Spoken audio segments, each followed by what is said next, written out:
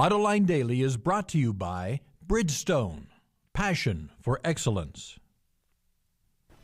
Here are today's top headlines. Chrysler may get a new CEO, small cars get a poor safety rating, and a test drive of the Chevy Volt. Up next, we'll be back with the news behind the headlines.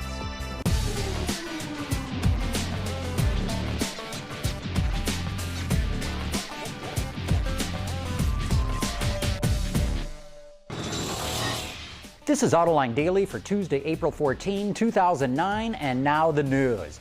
Will Fiat's CEO, Sergio Marchione, become the CEO of Chrysler as well? That's from a report in Italian newspaper La Stampa. Of course, we always knew that Bob Nardelli was brought in by Cerberus to run Chrysler for a limited amount of time until he got its finances cleaned up. My assumption was that Jim Press, who has enormous automotive experience, would then take over. But if Fiat is going to take a major position in Chrysler, it's going to want to have its people at the highest levels, and that's why Marchione is rumored to be Chrysler's next CEO. We all know that copycat car designs have been a problem in China. You can buy knockoff versions of just about anything, from pirated DVDs to iPhone imposters. This even extends to the car world. One well-known example has to do with the Chery QQ. It's such a close copy of the Daewoo Matiz that the doors are actually interchangeable. And now German website Autobild.de reports that Geely is expected to show a car at the Shanghai Auto Show that is a blatant Rolls-Royce ripoff. Geez, Geely, have you no shame? The Insurance Institute for Highway Safety says minicars don't crash well against midsize cars. The IIHS says fuel economy mandates will lead to smaller cars, and that will lead to increased injury and fatalities in collisions. Researchers tested a Honda Fit against an Accord, a Mercedes C-Class against a Smart, and a Toyota Camry against a Yaris in 40-mile-an-hour tests.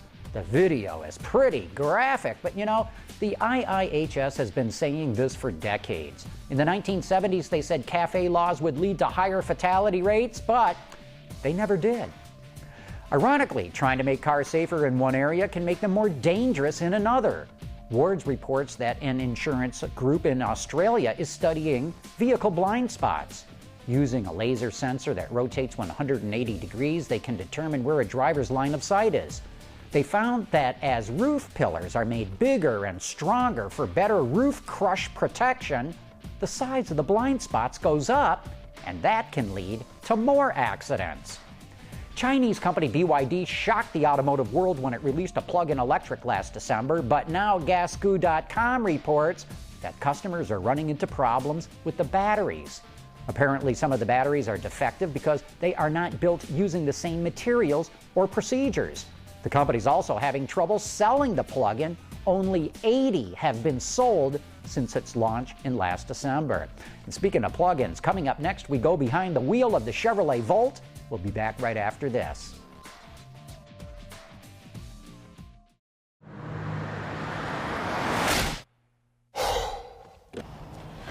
Changing tires out here could be dangerous, but with these tires, I don't need to worry.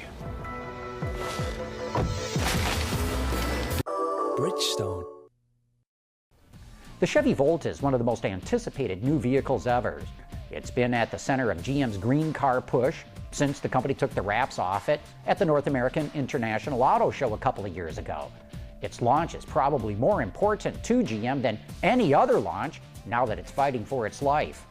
Our partner Jeff Gilbert from WWJ News Radio 950 was one of only a handful who got a chance to drive a prototype with the Volt's drivetrain, and he joins us now by webcam. Jeff, what's it like behind the wheel?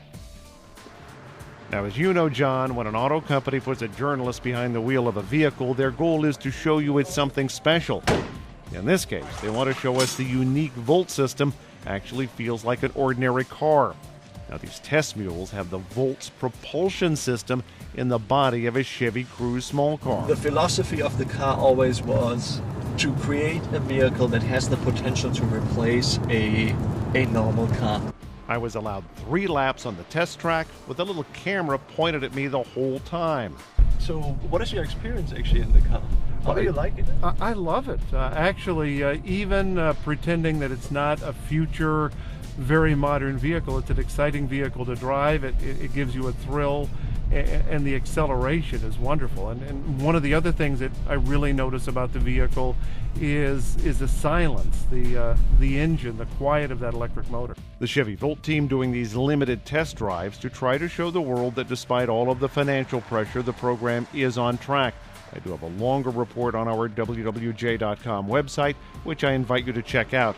And John GM says the next step is to put the propulsion system in an actual Chevy Volt body. They say that should happen early this summer. Thanks for that report, Jeff. You know, the Volt looks like it's going to be a fantastic vehicle. I just hope GM can get the cost of the battery pack down so more people can afford to buy one. And also, you can get more of Jeff Gilbert's test drive of the Volt at WWJ.com. And that's it for today's top news in the global automotive industry. But don't forget, you can get podcasts, transcripts, and a lot more at our website, AutolineDaily.com. Thanks for watching. We'll see you tomorrow.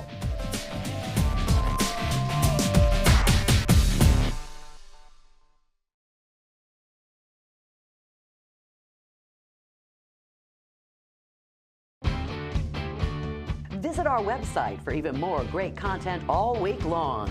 Autoline Extra, Don's Journal, podcasts, and even more. So click over and get the inside view at AutolineDetroit.tv.